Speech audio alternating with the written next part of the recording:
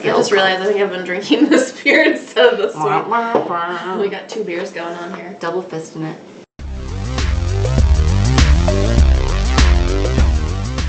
Hey, this is Megan. And Sue in the restricted section. Today we're just going to do like a recap of our Read Harder challenge for 2016 since the year's over. Yeah.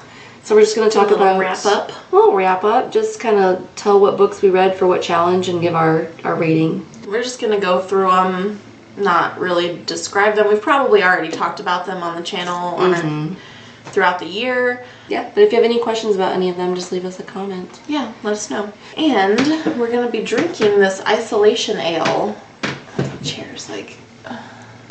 From Odell Brewing Company. Yes. Which is in Colorado. Let's see what happens. The can's pretty. It's kind of lion bobbing.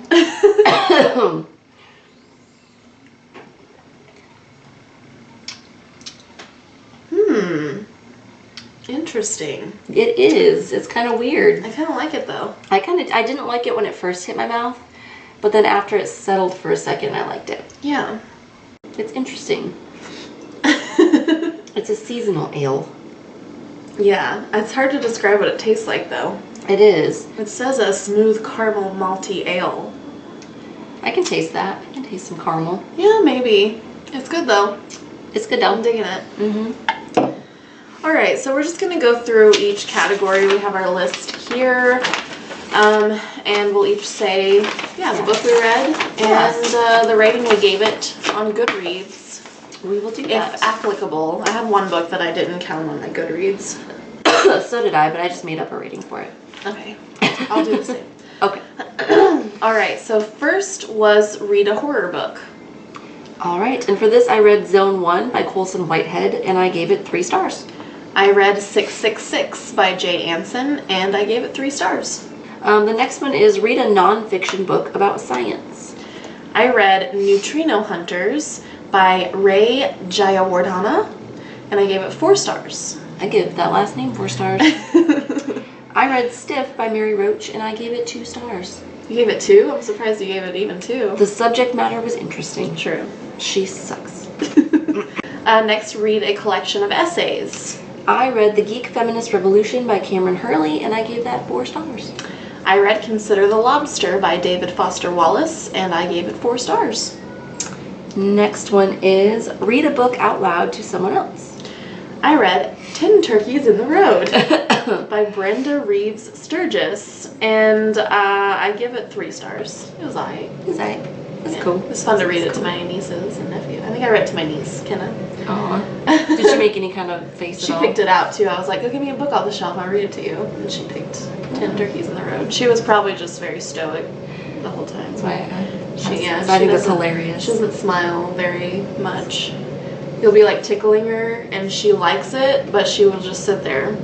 But if you stop, she'll be like, because she wants you to do it again. And then you'll tickle her again and she'll just sit there. I think that's hilarious. For this one, I said I Could Chew on This by Francesco Maraculiano. I read that to my dogs, and I give it 4 stars. Next is read a middle grade novel.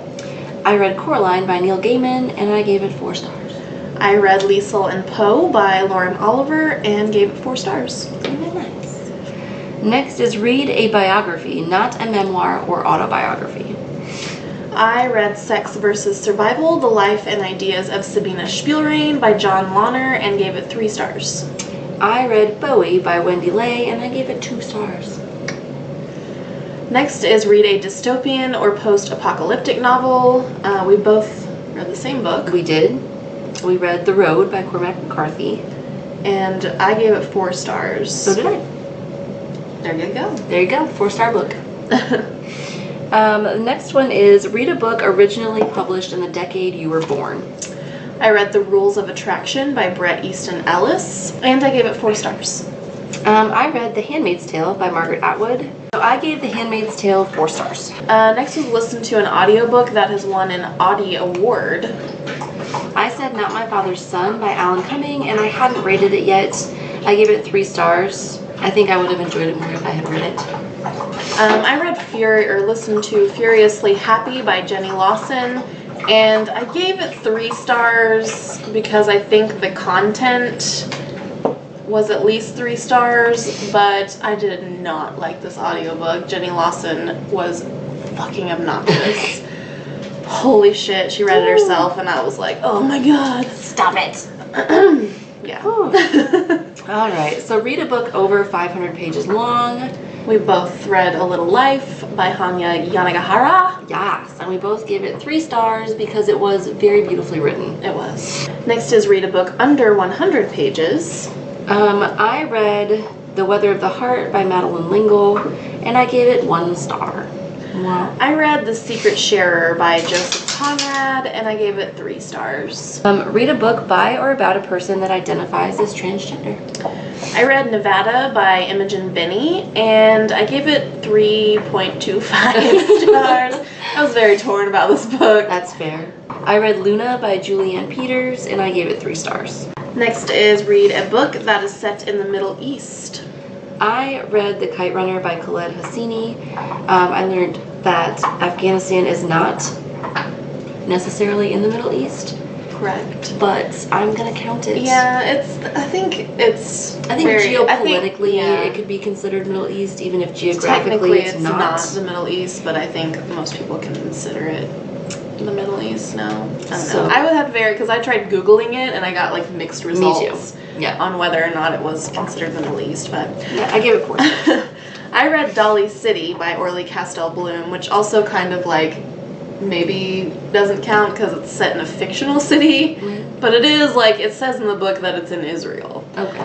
But I gave it 4 stars. Next is read a book that is by an author from Southeast Asia. I read In the Shadow of the Banyan by Vadi Ratner, and I gave it 4 stars. I think I gave it, that was wrong. I'm pretty sure I gave that 4.5 stars. Ooh. Yeah. It was really good. I read Smaller and Smaller Circles by F.H. Vatican or Vatican, I'm not sure how to pronounce that, and I gave it 3 stars. Next is read a book of historical fiction set before 1900. We both read Quarantine by John Smollins, and we gave it different ratings. Yes. I gave it 1 star because I really did not like that book. I give it 3 stars because 3 is like my meh rating. Like if I don't really care one way or the other about it, if I didn't love it or didn't hate it, but just kind of felt neutral toward it, I do 3 stars, so. Yeah. Next is read the first book in the series by a person of color. We both read Dawn by Octavia Butler. And I give it 4 stars. Yes, as did I. Very good. I'm really excited to read the rest of that series. Super stoked. I really want to read it soon. Yes. Next is read a non-superhero comic that debuted in the last 3 years. We both read Bitch Planet by Kelly Sue DeConnick. I think, I gave it 4 stars. I also gave it 4 stars. Yes. Next is read a book that was adapted into a movie and then watch the movie, debate which is better.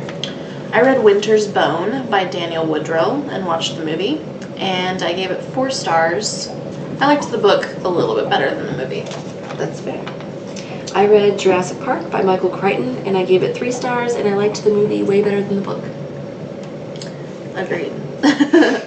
Next is read a nonfiction book about feminism or dealing with feminist themes. I read Asking for It by Kate Harding, and I gave it 4 stars.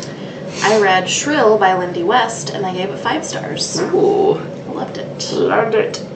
Next is read a book about religion, fiction or nonfiction. I read Oranges Are Not the Only Fruit by Jeanette Winterson, and I gave it 3 stars. I read 3 Parts Dead by Max Gladstone, and I gave it 3 stars. I originally gave mine 4 stars, I think, but I knocked it down because, I don't know, the more I thought about it, the more I was like, meh. I do that too, like after a while, like, hold on a second, did I really feel like that? I don't know. And the hype didn't do it any favors either. I think if it wasn't for the hype, I might have been a little less harsh on it. Because 3 is like, we kind of do the same, where 3 is like our neutral rating. Meh. Because it doesn't make sense to me for 2 to be the neutral rating. Really. No. I don't know. But then I feel like all of my ratings are skewed high, kind of. You know what I mean? That makes sense. There's a scale where it's like strongly disagree, neutrals, agree, strongly agree. There's a name for that scale, and that's kind of how I do my star rating. Next one was read a book about politics in your country or another, fiction or nonfiction. I read Day of the Oprechnik by Vladimir Sorokin, translated by Jamie Gangrel. I gave it 3 stars. It was a fictional novel about dystopian Russia and politics therein. I read A Brief History of 7 Killings by Marlon James, so it's heavily about the politics in Jamaica at the time, and I gave it 5 stars. Next is read a food memoir. I read The Apprentice, My Life in the Kitchen by Jacques Pepin, and I gave it 4 stars. I read A Heat by Bill Buford, and I gave it 2 stars. Next was Read a Play.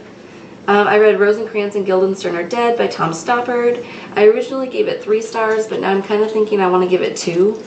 I just didn't enjoy it. I don't really like reading plays though, so maybe that's just me. I read The Seer by Ali Smith, and I gave it 4 stars. I liked it. Liked it a lot. And the last challenge was read a book with a main character that has a mental illness. And we both read The Shock of the Fall by Nathan Filer. And we both gave it us go on and on about 1,000 all times. year. And we both gave it 5 stars. 5 stars. So that was all the books we read for our challenge. I definitely read more books that could have fit into the categories as well, but Samesies. those are the ones that I chose to count for them. So, yeah, let us know if you guys did the Read Harder Challenge. How'd you do? Are you going to do it in 2017? I think we're going to do a video next week about the 2017 challenge. And maybe like a tentative TBR kind of. If you've read any of those books that we mentioned, Let us know what you thought. Yeah. And the beer. The beer. Still good. Still I weird, like still it. good. Yeah. I don't like super love it, but I like it. Yeah, same. And the can is just really pretty. It's so pretty. Such pretty can. Pretty Isolation Ale by Odell Brewing. Yes, in Where's Colorado. this, Colorado? Fort Collins. Yeah, so there'll be links down below where you can find us elsewhere on social media if you are so inclined. Yes. If you have not subscribed yet, please do it. So. I'm hoping we can get to 1,500 by our year anniversary. Yeah. That'd be cool. That'd be pretty boss. We're like 50 away. We're so close. Yeah. We're super close. Well, our anniversary's in the beginning of February. Yeah.